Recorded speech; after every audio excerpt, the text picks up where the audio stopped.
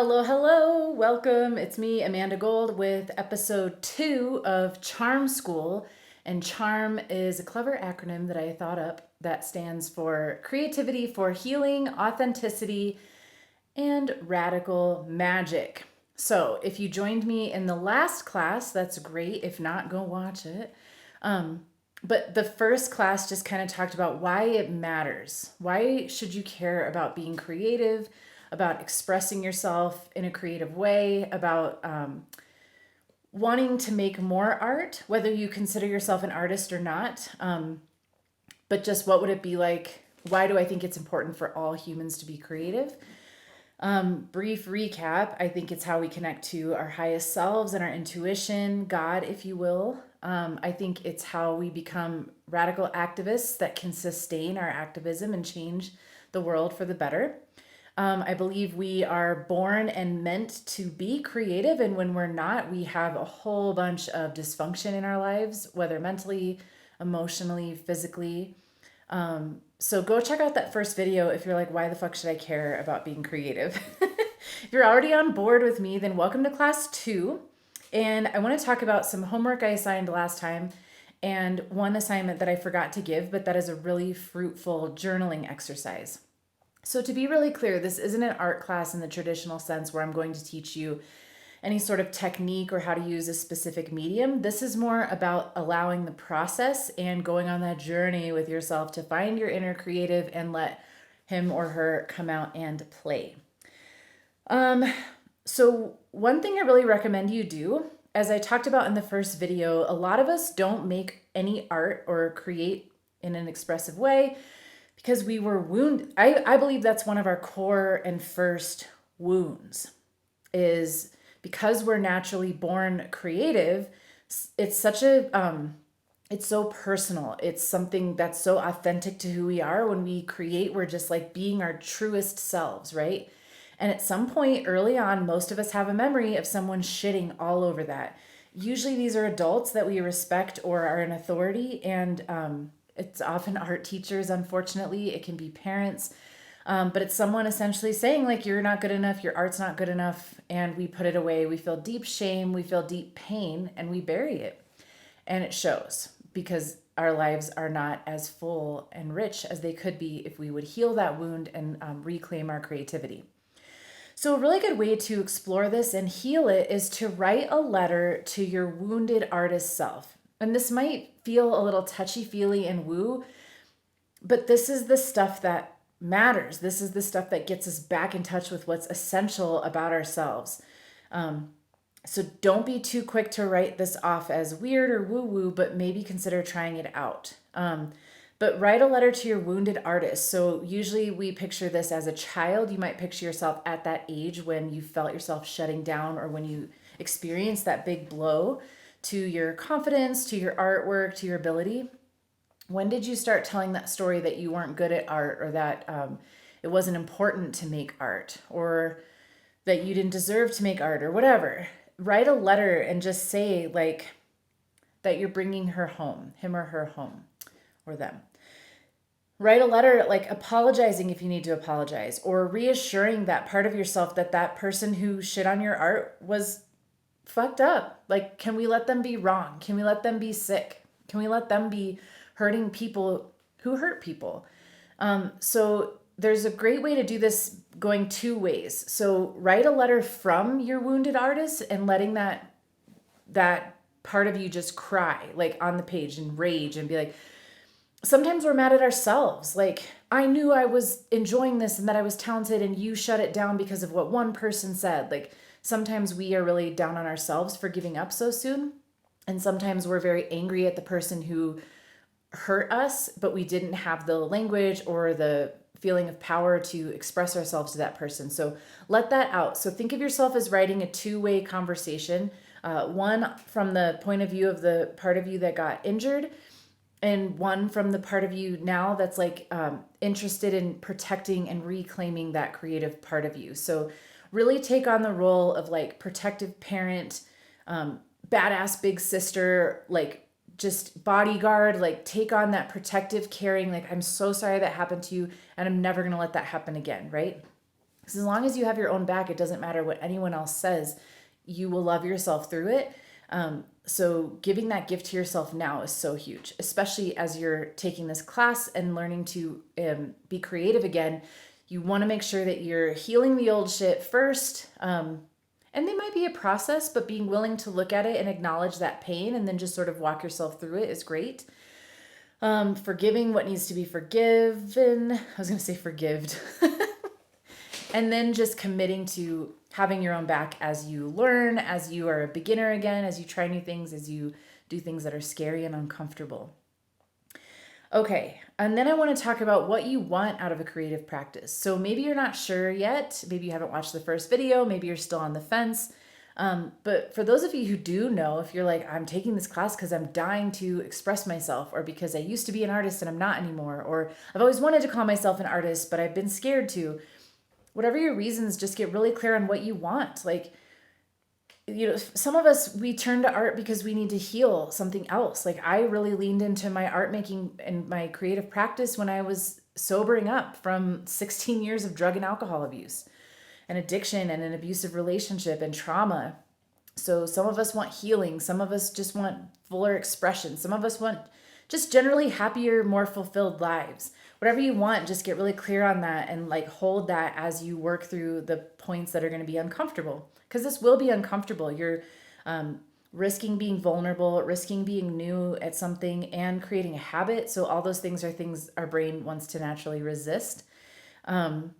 So getting super clear on your why you're here and why you personally are going to value a regular creative practice and allowing yourself to express yourself fully, why that's important to you and what you're hoping to get out of it.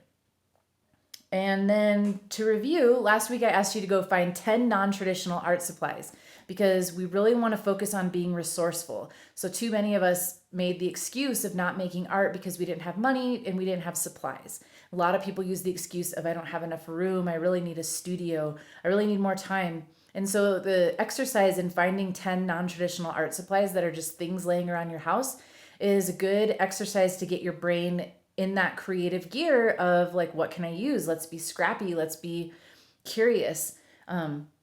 Let's be resourceful. This is what our brain is really good at. Also, if we are feeding it those kind of prompts and if we're challenging it to do that, our brain really just does what we direct it to do.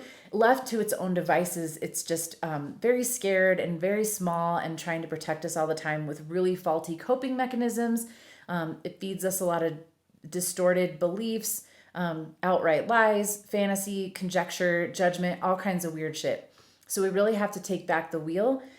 And a great way to train it to do what you want it to do is to teach it to be creative and to seek things out in a new light. So looking for 10 things you can use for art supplies that aren't traditional art supplies is a great practice. If you haven't done it, go do it. I kind of talked about types of supplies you're looking for too. So don't just think about what can I like make a mark with, like this pen.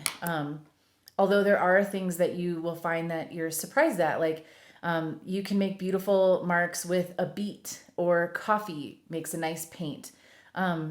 Just getting super clever there. You can do, if you use smudge, like if you use sage or Palo Santo, that turns into a nice charcoal and you can do drawings with that.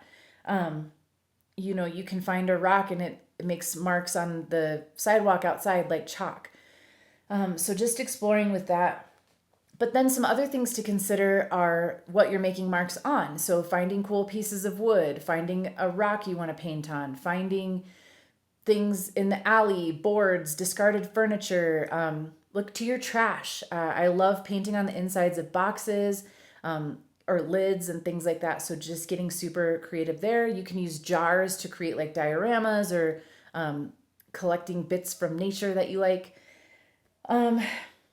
And then the other thing to consider is what you're making the mark with. So I have found brushes from hair dye kits that you can paint with. I use toothbrushes. You can use old Dollar Tree barbecue sauce brushes for meat. You can use those to paint with. It's super fun. So lots of things to consider. There's the material itself. There's what you're creating on the canvas.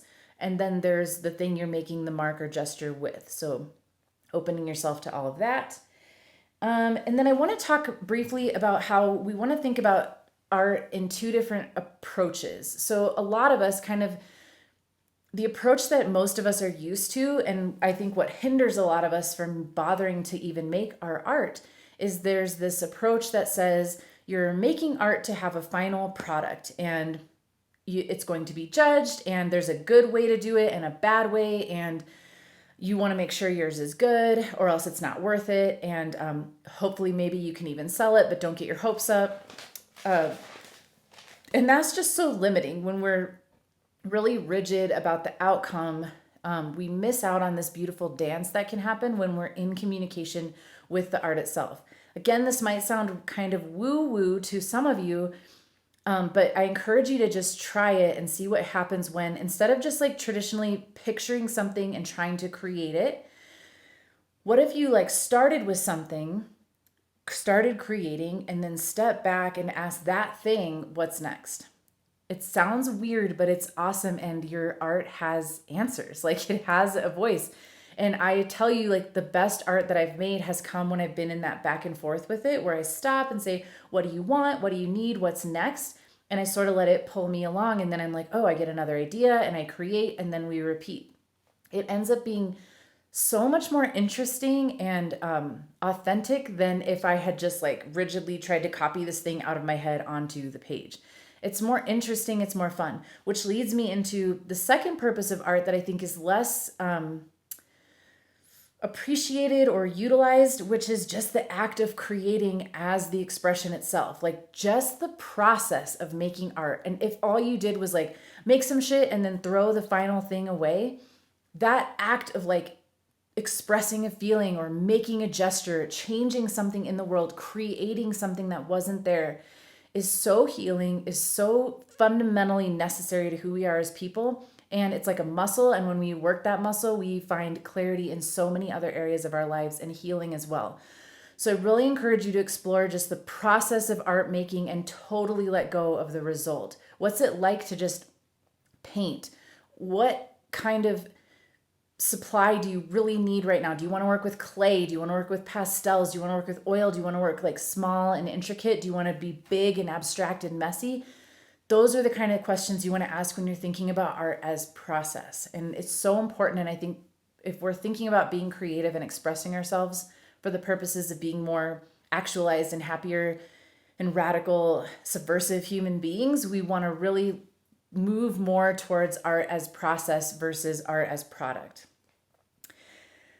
Okay, and then I want to leave you, I'm losing light. I want to leave you with using art to explore a negative emotion. So when I taught this class before, I had us all kind of think of a tough emotion, one that challenges us, one that we might try to avoid or resist. And we were going to focus the whole rest of the class working with that one emotion. Because as I've said before, not only do I think it's super important that we're creative and expressive, but it's also super important that we're willing and able to feel any emotion. It builds our capacity for positive emotion. It helps the negative emotion pass through faster, and it just enriches us as a whole, and we're able to function better in the world when we're not always in fighting with negative emotion. So think of one for you, and I'll just share. What I want you to do is think of the emotion and express it gesturally. So try to draw it. I had a dancer in my class. I encouraged her to like make a movement about this feeling. Like if you could take this emotion and express it in the world so someone could see it, how would you do that? And so this is just an example I had of when I was drawing kind of a anxiety feeling. And I talked about the texture. It was drapey, heavy fabric, wrapped up tight, digging, rolling, whirling, swirling, flaps, spray, sticky, glittery, tar, splashes, a ditch full of gray, glittery paint. There's a huge value in figuring out how to express our emotion through art, because what happens if we're just feeling the negative emotion, we become attached and identified, and we feel like it's taking us over, like it has a hold of us, and we have to just like hope it lets go, and a lot of us fear that it won't. What happens when you decide to try to express it and show it to someone else, if you try to explain it in words or paint it or draw it or whatever, sculpt it out of clay, you become the observer again and you get separation and distance from that emotion. And then you start to move from your lizard brain, your fight or flight, and back into your prefrontal cortex, which helps you make decisions, which is our more evolved part of our brain. It will help you calm down. So try it. Make friends with that emotion that you feel like, ugh, I hope I never have to feel that. Can you challenge yourself to be brave and explore it and pretend you're showing it to someone or explaining it to someone who is not from this planet or has never experienced emotion before?